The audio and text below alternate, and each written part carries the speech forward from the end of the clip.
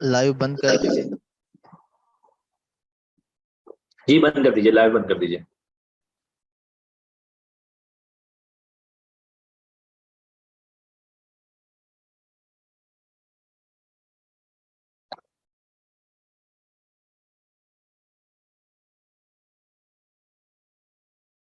جی میرے خیال سے کوئی سوال نہیں ہے، تو آج کی کلاس ہم یہیں پہ ختم کرتے ہیں.